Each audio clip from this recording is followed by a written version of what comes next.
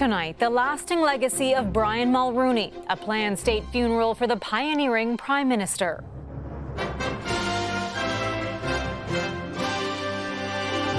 Tributes to a political giant. Service and devotion to country ran through everything he did. And reflections on his indelible imprint on Canada. We would better serve the country and ourselves together.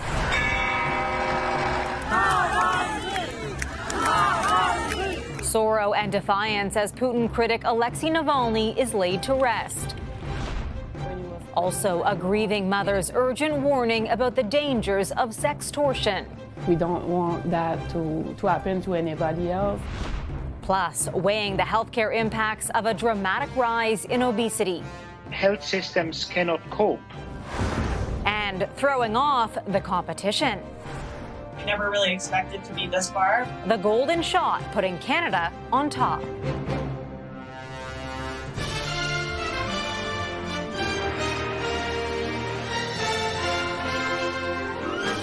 CTV National News with Heather Butts. Good evening. People across the country and around the globe are remembering Brian Mulroney tonight. Canada's 18th Prime Minister died peacefully yesterday, surrounded by family in a Florida hospital where he was being treated for a recent fall. Mulroney will be honored with a state funeral.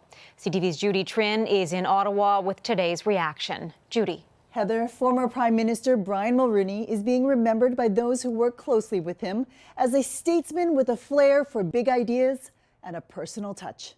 Parliament in mourning, searching for the words to capture the loss of a political giant. Brian Mulroney was a leader of this country with exceptional qualities. Before Mulroney was even an MP, he fought to lead the Progressive Conservatives. In 1976, he lost to Joe Clark, but beat him in '83. Joe Clark, who has served this party with dignity, honor, and courage. We both made a point after he won the leadership to recognize that we would better serve the country and ourselves together. La famille de Charlie. Mulroney had working-class roots, the son of a paper mill electrician. He was an Anglophone from Baie-Comeau, Quebec, who didn't fear controversy. I knew that we were going to encounter some difficulties.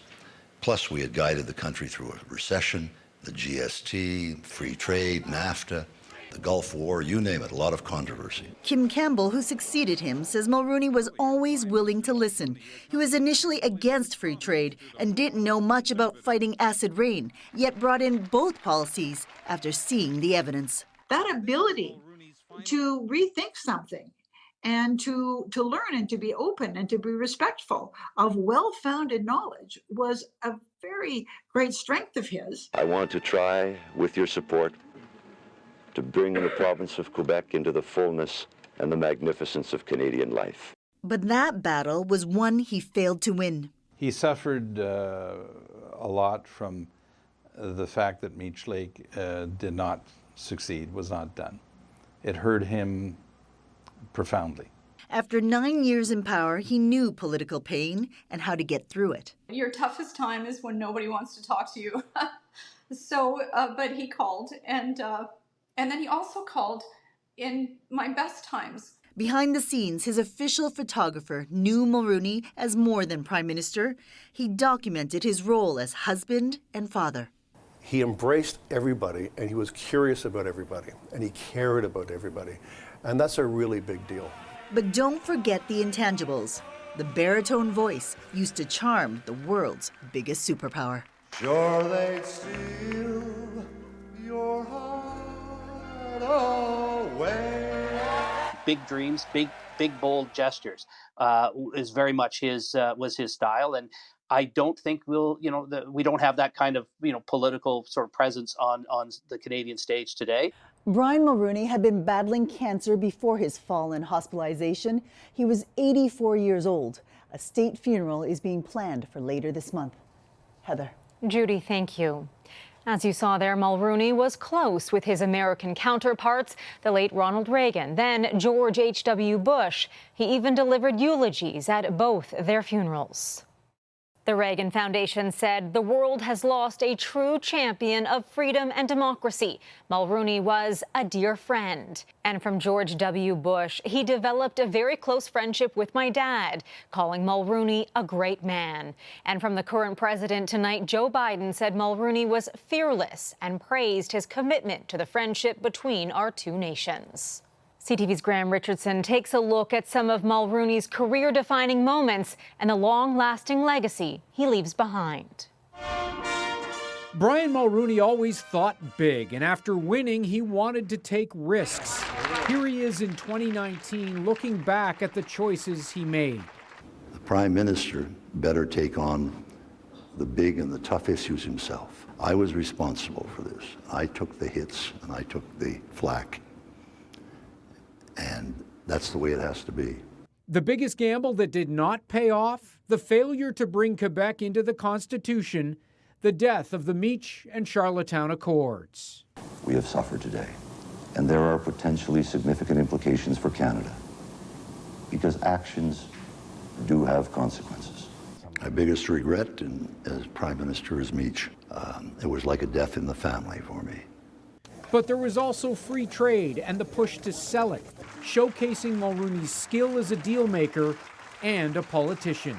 One Canada, based on the notion of fairness, equality of opportunity, from British Columbia to Newfoundland and Labrador. Mulroney always kept close relationships with American leaders and did not apologize for it, arguing those ties served Canada better through free trade, acid rain, and pressuring the rest of the world to sanction South Africa over apartheid. Also part of it all, his business dealings with Karl-Heinz Schreiber. Because I have never knowingly ever done anything wrong in my life. And taking secret cash payments from the German businessman. That sparked this public inquiry. That did damage him, but even his opponents would concede it's just one part of a much larger story about his impact on the country. Throughout his life, Brian Mulroney wrote thousands of personal notes, made thousands of phone calls across the country and around the world.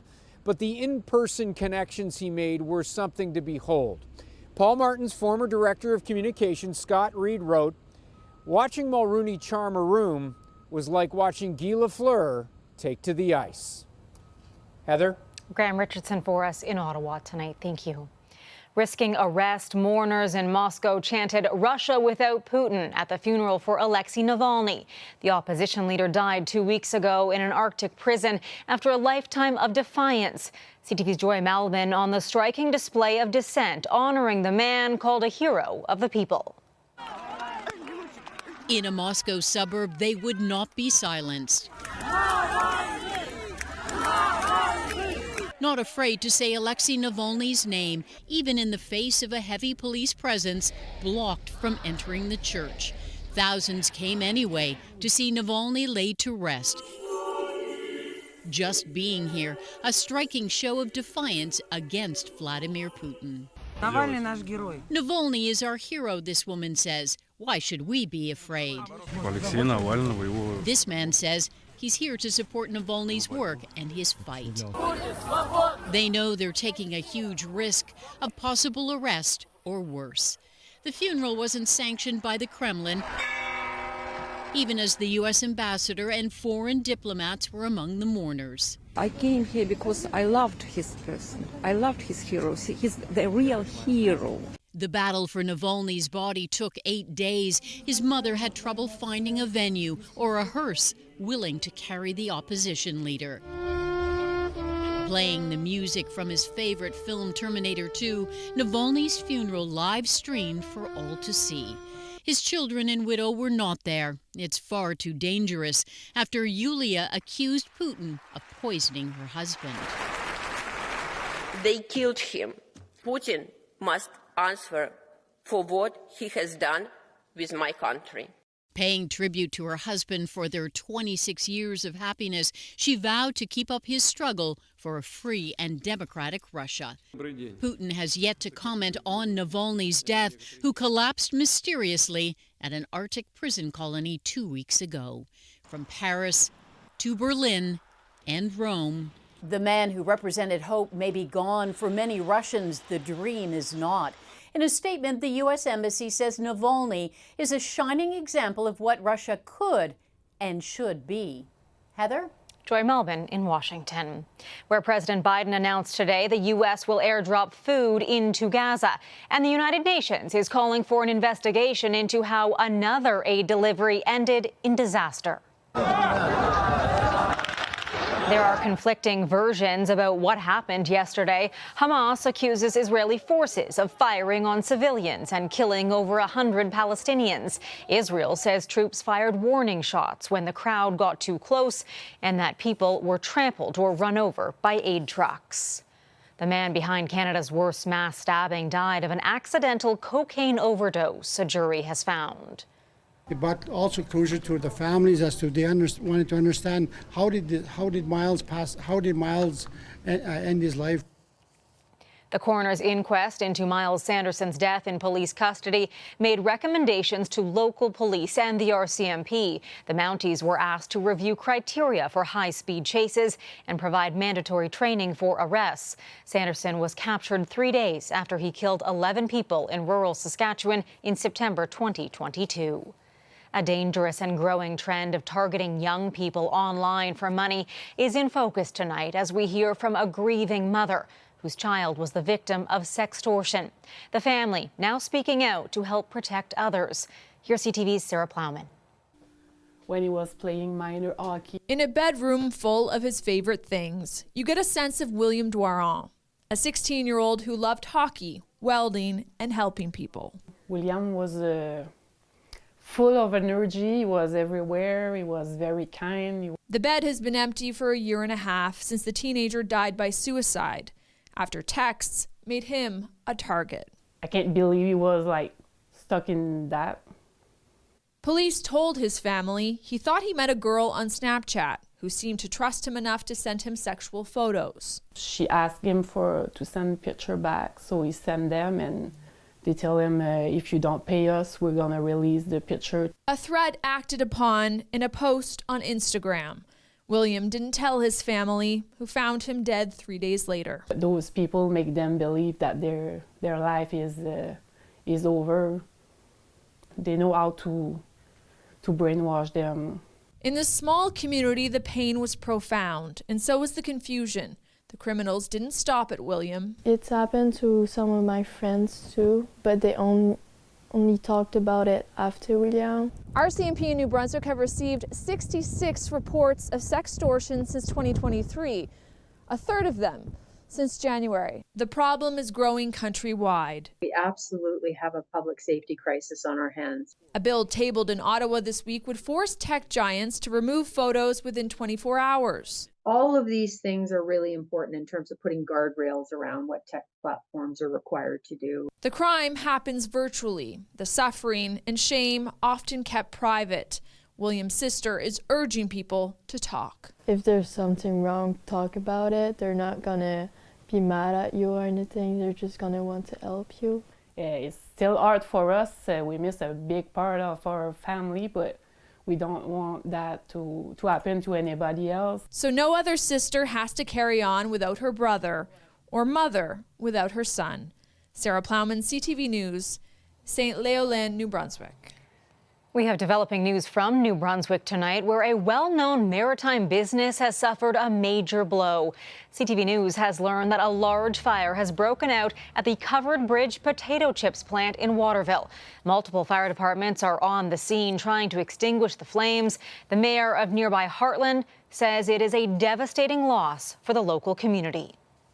A life-threatening blizzard is rolling into the American West Coast, making travel treacherous. The Pacific storm is packing high winds and heavy snow in parts of California and Nevada, where it could be the strongest of the season. At its worst, officials warn of 2 to 4 inches of snow every hour, lasting for days. And an incredible rescue to show you tonight, a semi dangling from a bridge with the driver trapped inside. She was just praying. She was praying a lot, and I prayed with her. She was super calm, collected, and helped me do what I needed to do to get her to safety. The Louisville firefighter and the driver are safe. Semi had crashed through a barrier after a multi-vehicle collision. After the break, serving up a single-use question. Can I get you any utensils? No. I think it's just a way to reduce waste. A new environmental takeaway at Toronto restaurants. Plus, the Canadian athlete throwing shot put into the spotlight.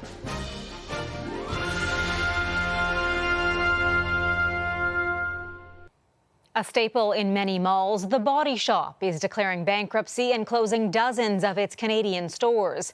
The cosmetics company didn't say how many workers would lose their jobs when it shutters 33 locations across the country, about a third of its stores. It's also stopping online sales. The retailer first expanded into Canada 40 years ago, but more recently has faced competition from other beauty brands and e-commerce.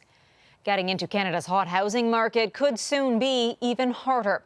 Ottawa is ending its program for first-time home buyers later this month. The plan was meant to help buyers with government loans for down payments. Critics said it was too complicated and didn't help much. Getting takeout in Toronto now comes with an added question. A new bylaw requires businesses to ask customers before simply adding single-use items like cutlery or napkins with their order. CTV's Mike Walker has the details. Starting today, takeout will look a little different. There you go. Can I get you any utensils? No. A question businesses are required to ask before providing customers with single-use items. Under a new bylaw, this bakery manager welcomes. I think it's really great to be able to encourage people to be sustainable. Toronto's new single-use and takeaway items bylaw covers items like utensils, straws, napkins, and paper shopping bags. I think it's a good thing to be asked. I think waste is should be reduced. Frankly, I'm surprised that they need a bylaw because that just seems to me to be common sense. The city opting not to ban single-use items, rather looking to encourage the use of reusable items as part of an effort to reduce waste.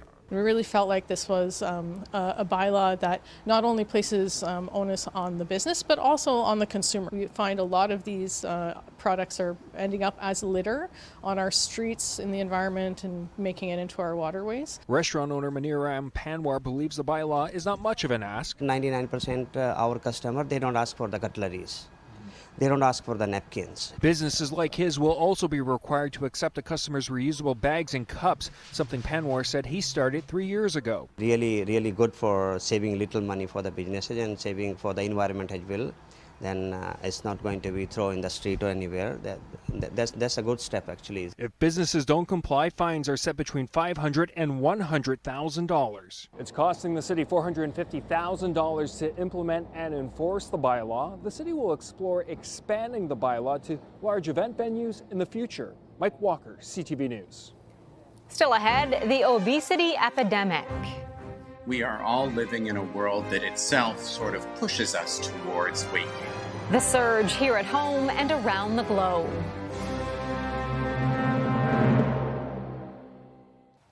The World Health Organization is weighing in on the obesity epidemic gripping the globe. The scale of the problem is surging. Now, 1 in 8 people are considered obese.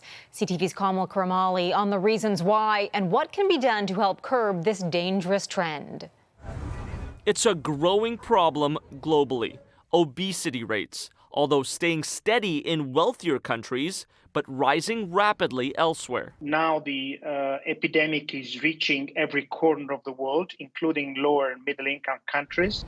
A study by the World Health Organization and other international researchers found more than 1 billion people are obese. Nearly 900 million are adults. From 1990 to 2022, the rate of obese men has tripled and doubled for women. There are more than 150 million obese children, 4 times higher than 1990. Epidemic is causing at least 5 million deaths every year and millions of years of lives lived with disability. Topping the list of nations with the highest obesity rates are largely Pacific and Caribbean island countries.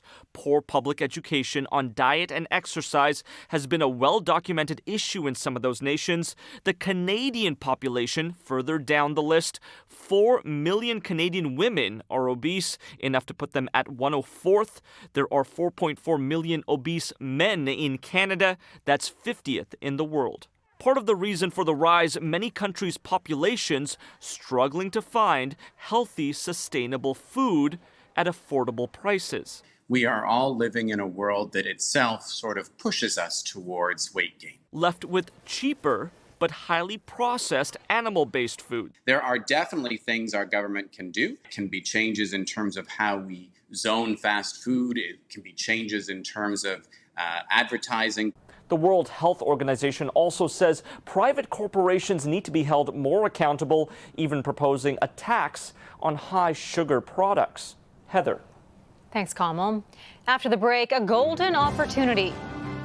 This was a big stepping stone on my way to Paris. The Canadian setting records and sights on Olympic glory.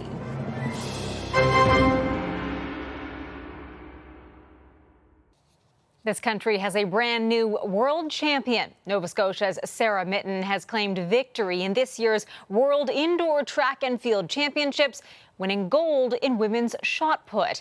And as CTV's Garrett Berry tells us, she is finding her form at just the right time. Sarah Mitten was late to this sport. I've come a long way in my career, and I can say I never really expected to be this far. She was more of a jack of all trades. In school, competing in all sorts of events. She was looking for a little bit of something to do in middle school. And so they sort of suggested that she do the track program. And she ended up going to a competition and breaking Chelsea Whalen's record, and everything just kind of snowballed from there. Years ago, she embraced being an underdog in this sport. Today, that label is officially dead. It was such a great performance this morning, and I'm really happy with it. It was her 6th and final throw of the event, where Mitten threw her longest, 20.22 meters. That's also a new Canadian record. And it's the first time a Canadian woman has won the title of world champion in the shot put. It's just always awesome when you can move the mark just a little bit further. That's kind of the whole game of our sport. I had somebody come in today who drops off our local paper to all the different businesses around town, and she said that is the only thing people were talking about everywhere that she went. So the support here is phenomenal. Mitten's been called one to watch in the upcoming Olympic Games in Paris. Today's win, the latest accomplishment for the woman, who's been building on success at the Commonwealth and Pan American Games. This was a big stepping stone on my way to Paris. We've planned, we've prepared for the last almost 2.5 years. Everything kind of leads to this one or 2 days in a 4-year cycle. And I think, I've been getting better and better every year. Garrett Berry, CTV News, St. John's. Congratulations, Sarah. That's our show for this Friday. I'm Heather Butts. For all of us at CTV National News, thank you for watching. Good night, and I'll see you again tomorrow.